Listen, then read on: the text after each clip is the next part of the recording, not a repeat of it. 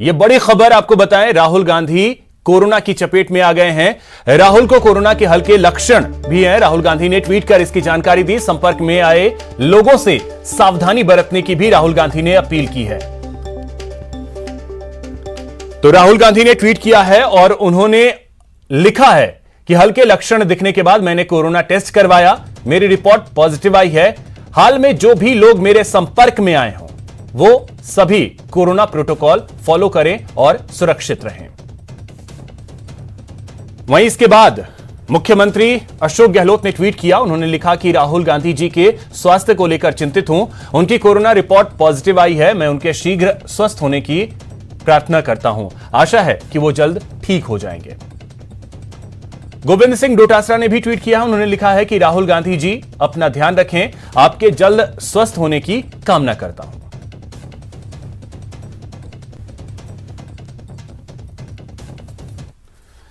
चलिए अब बात करते हैं कालाबाजारियों पर नकेल कसने की। कोरोना काल में दवाओं की कालाबाजारी प्रशासन के लिए चुनौती बनी हुई है। इस पर अंकुश लगाने के लिए जयपुर जिला रसद विभाग ने बड़ी पहल की है और शिकायत दर्ज कराने के लिए उपभोक्ता हेल्पलाइन नंबर शुरू किया है। यह हेल्पलाइन नंबर है 1800-180-6030 और 7230086030। ये दो नंबर्स हैं। इन दोनों नंबरों पर कोई भी दवाओं की कालाबाजारी से जुड़ी अपनी शिकायत दर्ज करा सकता है। जिला रसद अधिकारी प्रथम राष्ट्रदीप यादव ने बताया कि संपर्क पोर्टल नंबर 181 पर भी शिकायत दर्ज करवाई जा सकती है। उन्होंने कहा कि कोविड-19 की गाइडलाइन का उल्लंघन करने पर दोषी दुकानदार पर कड़ी कार्रवाई की जाएगी।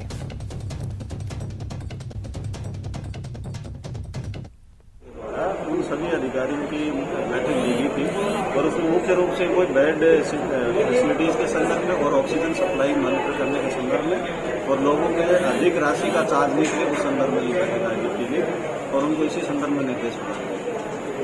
व्यवस्था है अभी तो आप देख ही रहे हैं, आपके सामने था कि 100 विनायक में नहीं और नहीं, प्राइवेट हॉस्पिटल्स काफी खाली है।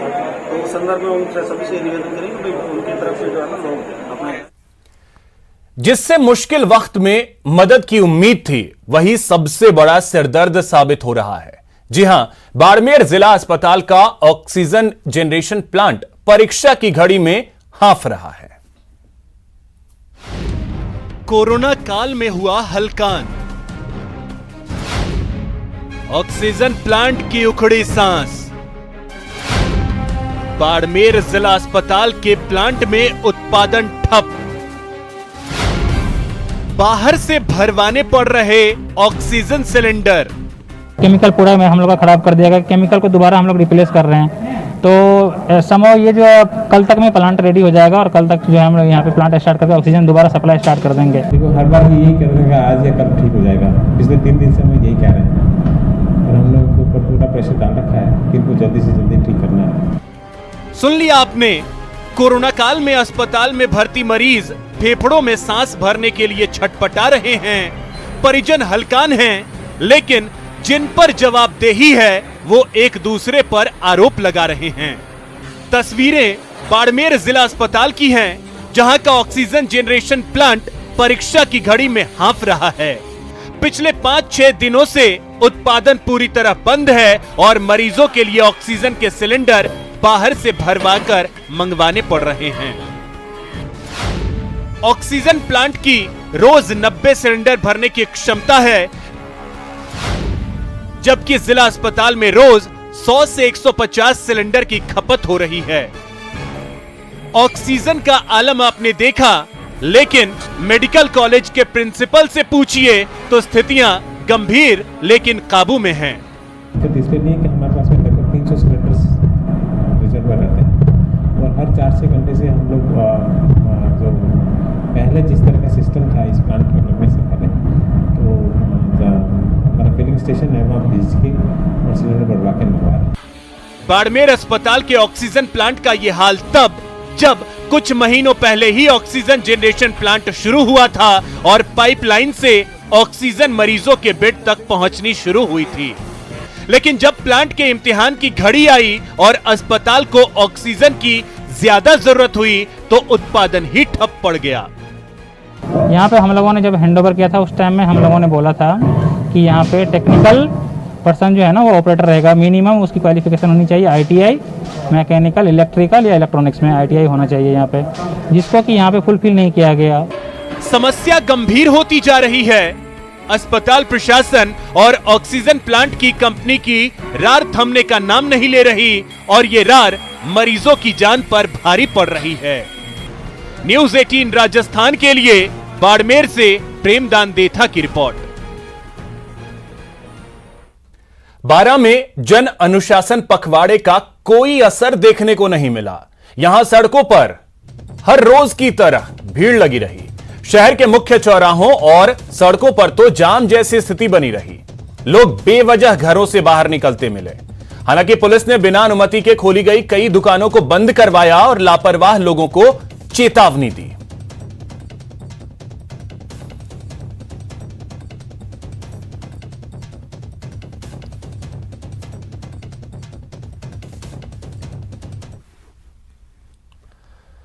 कोरोना की बेकाबू रफ्तार से सिस्टम की सांस फूल रही है। जिम्मेदार बेबस नजर आ रहे हैं, लेकिन इस मुश्किल वक्त में कुछ ऐसे जांबाज भी हैं जो हौसले की मिसाल पेश कर रहे हैं, नाउम्मीदी में उम्मीद जगा रहे हैं। देखिए रिपोर्ट। अब हम खतरे में लेंगे तो सर कोई देश को, अपने आम पब्लिक ज़्यादा खतरे में रहेगी तो पता नहीं चलेगा। हम खतरे में तो हम सावधानी उस हिसाब से बरत भी रहे। ये हौसला उस मुश्किल वक्त में जब कोरोना से चारों ओर हाहाकार है, ना अस्पताल में जगह है और ना शमशान या फिर कब्रिस्तान में। जी हाँ, जिस जानलेवा वायरस के डर से लोग घरों से निकलने की हिम्मत नहीं जुटा पा रहे, तब ऐसे भी जाबाज हैं जो बिना भय के संदिग्धों और मरीजों की सेवा करने में जुटे हैं। दूसरी जगहों की तरह चित्तौड़गढ़ के लैब टेक्नीशियंस घंटों काम कर रहे हैं। अभिषेक बंसल और उनके साथी 20-20 घंटे काम कर रहे हैं। सर हमें लगभग 20 घंटे के आसपास काम करना पड़ रहा है सर, ताकि ज़्यादा से ज़्यादा हम रिपोर्ट दे सकें। अभी तक हमारी लैब की कैपेसिटी डेली के 500 सैंपल की थी। डेली के 500-600 सैंपल की कैपेसिटी होती है। काम अभी हम 3 शिफ्ट में शुरू कराए परसों से। पहले 2 शिफ्ट में हम काम कर रहे थे, तो उसको जो अभी सैंपलिंग बहुत ज़्यादा बढ़ गई है, तो उस हिसाब से जिंदगियां बचाने के लिए ये जाबाज दिन रात काम पर लगे हुए हैं। कई बार ऐसी भी स्थिति आ जाती है जब ये जाबाज संक्रमित के सीधे संपर्क में आ जाते हैं। इसके बावजूद उनका ना तो हौसला डिगा और ना ही बेहतर करने में कोई कमी आई। हमारे एक प्रयोगशाला सहायक संक्रमित हुआ है और 2 4th क्लास संक्रमित हुए। फिर भी काम पर कोई प्रभाव पड़ा? जी, वर्कलोड बढ़ा है, हम पे बढ़ा है। वक्त मुश्किल है, मरीज भी बढ़ रहे हैं और कोरोना से होने वाली मौतों की संख्या भी बेड से लेकर वेंटिलेटर, रेमडेसिविर और ऑक्सीजन सबकी किल्लत बनी हुई है। लेकिन मुश्किल वक्त में भी हौसला टस से मस नहीं हो रहा। आने वाले समय में कोरोना से लड़ी जा रही जो जंग है उसे हम जीत पाएंगे। इसके लिए लगातार इनका जो प्रयास है वो कहीं ना कहीं आने वाले समय में रंग लाएगा और कोरोना से जो जंग चल रही है उस जंग को हम जीत पाएंगे। न्यूज़ 18 राजस्थान के लिए सुभाष बैरागी, चित्तौड़गढ़ से।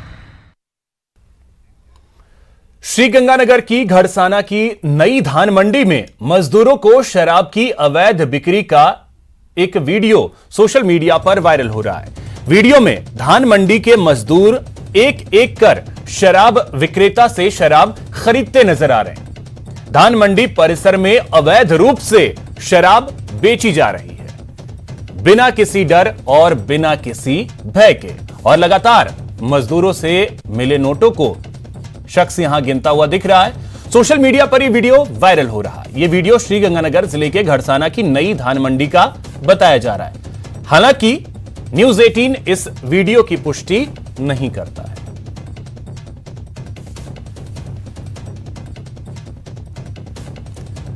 अब एक बड़ी खबर आपको बाड़मेर से बता दें, जहां पर एसीबी की एक बड़ी कार्रवाई देखने को मिली है। कॉलेज प्रिंसिपल को यहां पर ट्रैप किया गया है। 20,000 रुपए की घूस लेते हुए ट्रैप किया गया है। अटेंडेंस के लिए रिश्वत की मांग की गई थी। तो यह बड़ी खबर, कॉलेज के प्रिंसिपल को ही ट्रैप किया गया है। 20,000 रुपए की घूस लेते हुए रंगे हाथों यह प्रिंसिपल ट्रैप हुआ है।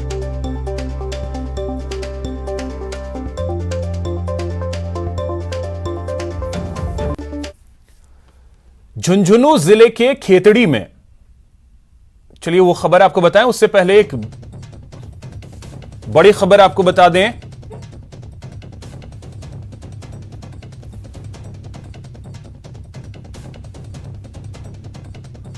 झुंझुनू जिले के खेतड़ी में रविवार को एक विचाराधीन बंदी अस्पताल से पुलिस को चकमा देकर फरार हो गया था। इस मामले में आज पुलिसकर्मियों पर गाज गिरी है। एसपी मनीष त्रिपाठी ने 2 हेड कांस्टेबल और 3 कांस्टेबल को सस्पेंड कर दिया है। आपको बता दें कि घटना के वक्त बंदी छगन बावरिया के साथ कुल 5 पुलिसकर्मियों की ड्यूटी थी, लेकिन मौके पर 2 ही मौजूद थे, वो भी सो रहे थे। इस घटना का सीसीटीवी फुटेज भी सामने आया है। इसमें बंदी के पास मौजूद पुलिसकर्मी बड़े आराम से सोते हुए नजर आ रहे हैं। बंदी बड़े आराम से अपने बिस्तर से उठता है और वहां से फरार हो जाता है। यह सीसीटीवी फुटेज जो है वो सामने आया है।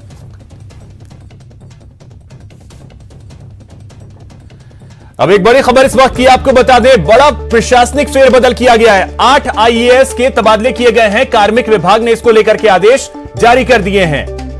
तो जो तबादला किया गया है वो इस तरीके से है कि दिनेश कुमार यादव को जयपुर के संभागीय आयुक्त के तौर पे लगाया गया है। जयपुर के संभागीय आयुक्त जितेंद्र कुमार उपाध्याय का तबादला निरस्त किया गया है। प्रेम मीणा हमारे सहयोगी अधिक जानकारी के साथ जुड़ गए। प्रेम, एक बड़ा फैसला, प्रशासनिक फेरबदल किया गया है, पूरा अपडेट क्या है?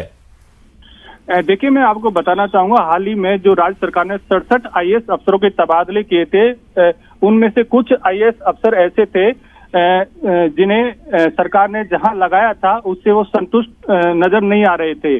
उसी की प्रक्रिया के तहत राज्य सरकार ने 8 आईएएस अफसरों के तबादले किए हैं, जिसमें चौंकाने वाला नाम जयपुर के संभागीय आयुक्त का है। दिनेश कुमार यादव को जयपुर का संभागीय आयुक्त बनाया है। पहले दिनेश कुमार यादव को उदयपुर का संभागीय आयुक्त बनाया था, लेकिन अब उनका तबादला निरस्त कर दिया गया है। जितेंद्र कुमार उपाध्याय, जिन्हें जयपुर का संभागीय आयुक्त बनाया था, अब उनको आयुक्त देवस्थान विभाग लगाया गया है। इसके अलावा नथमल डिडेट को हनुमानगढ़ का कलेक्टर बनाया है। लोक बंधु को बाड़मेर की जिम्मेदारी सौंपी है। इसके अलावा अवधेश मीणा को मुख्य कार्यकारी अधिकारी जयपुर स्मार्ट सिटी लिमिटेड एवं आयुक्त नगर निगम जयपुर हेरिटेज लगाया गया है। एपीओ चल रहे विकास सीताराम जी भाले को शासन सचिव खेल एवं युवा मामलात विभाग की अहम जिम्मेदारी दी है। सरकार ने जो तबादला सूची जारी की है उससे ये संकेत मिल रहे हैं कि जो अफसर तबादलों से अप्रसन्न दिखाई दे रहे थे, उनको सरकार ने, उनकी बात सरकार ने मानी है और उनको खुश करने की दिशा में ही जो जैसी पोस्टिंग आ रहे थे वह उनको लगाया गया है। अब देखना होगा कि और अन्य अफसर है जो सरकार के फैसले से संतुष्ट नहीं दिखाई दे रहे हैं, उनका भी क्या तबादला होगा या फिर सरकार ने जहां उनको पोस्टिंग दी है वहीं रखा जाएगा, ये फिलहाल देखना होगा। जी चलिए, बहुत शुक्रिया प्रेम आपका तमाम जानकारी के लिए।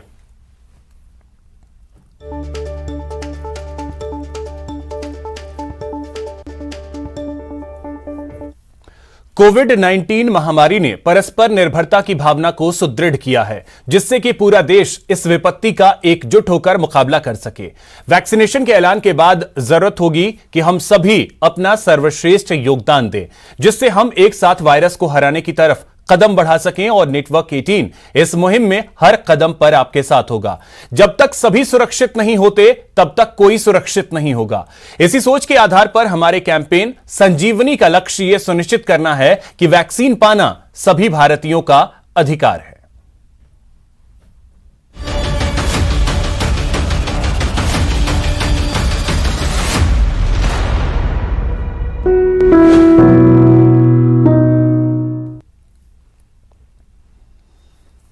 यहां रुकेंगे एक छोटे से ब्रेक के लिए। ब्रेक के बाद बात भरतपुर में मौत के कारोबार की।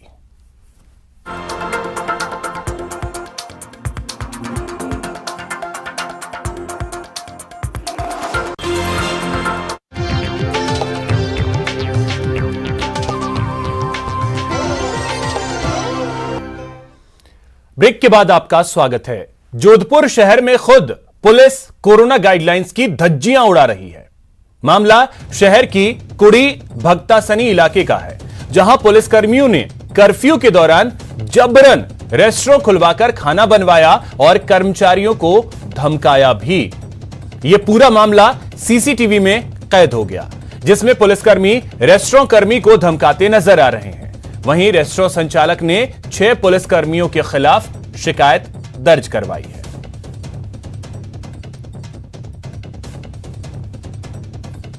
सत्रह तारीख की घटना है, रात को 9 साढ़े 9 बजे की बात की घटना है।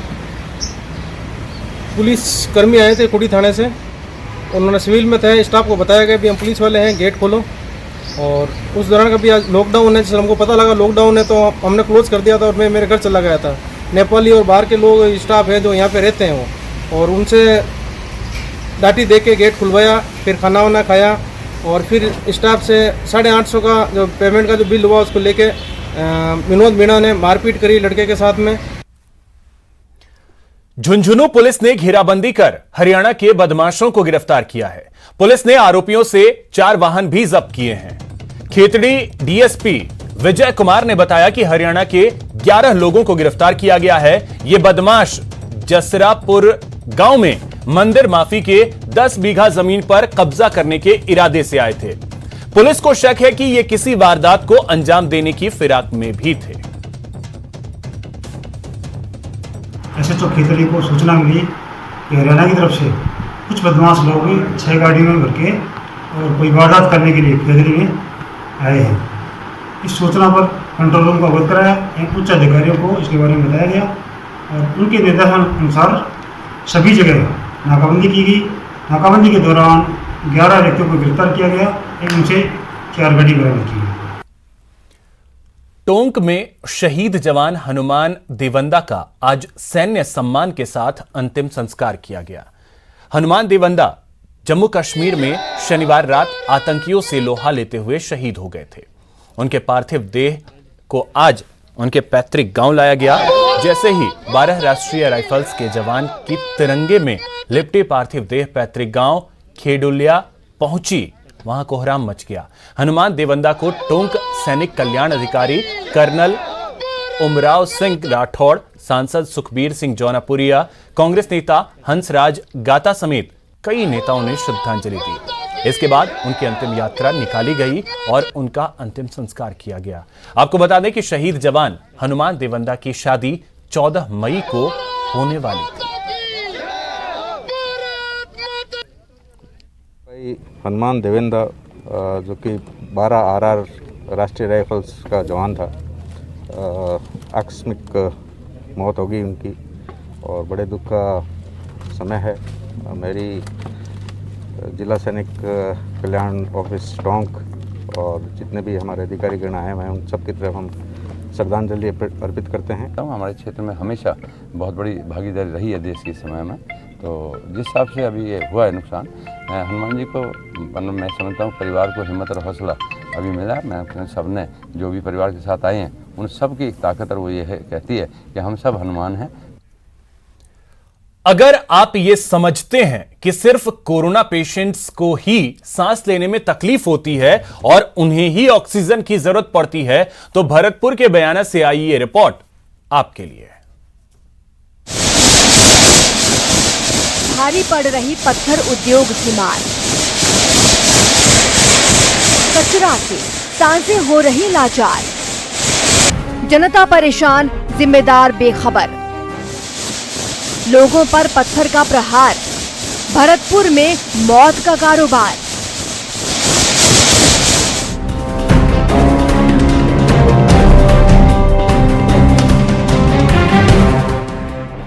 बयाना के बाशिंदे फेफड़ों में जहर भरने के लिए मजबूर हैं। जी हां, रीको औद्योगिक क्षेत्र में पत्थर घिसाई यूनिटों से निकलने वाली स्लरी को खाली पड़ी जमीनों में डाला जा रहा है। हवा के साथ स्लरी के कणों के उड़ने से लोगों को सांस संबंधी बीमारियां हो रही हैं। पत्थर से निकलने वाली स्लरी का जो कार्य है वो यहीं से शुरू होता है। आप मेरे पीछे देख पा रहे हैं कि ये मशीन है, यह मशीन से पत्थर कटता है।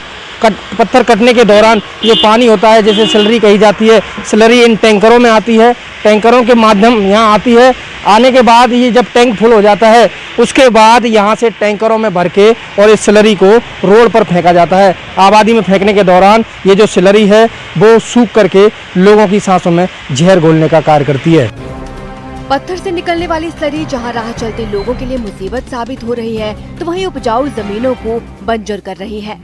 पत्थर कटिंग इकाइयों से निकलने वाला जो ये सॉलिड वेस्ट प्रोडक्ट स्लरी है, ये अपने आप में बहुत बड़ी परेशानी यहाँ के बयाना में बन चुका है। ये बहुत नैनो पार्टिकल होता है, बिल्कुल नैनो पार्टिकल होता है। तो जो प्रेग्नेंट लेडीज़ होती हैं, अगर वो कंटिन्यू इसके टच में हैं तो उनको नुकसान होगा। और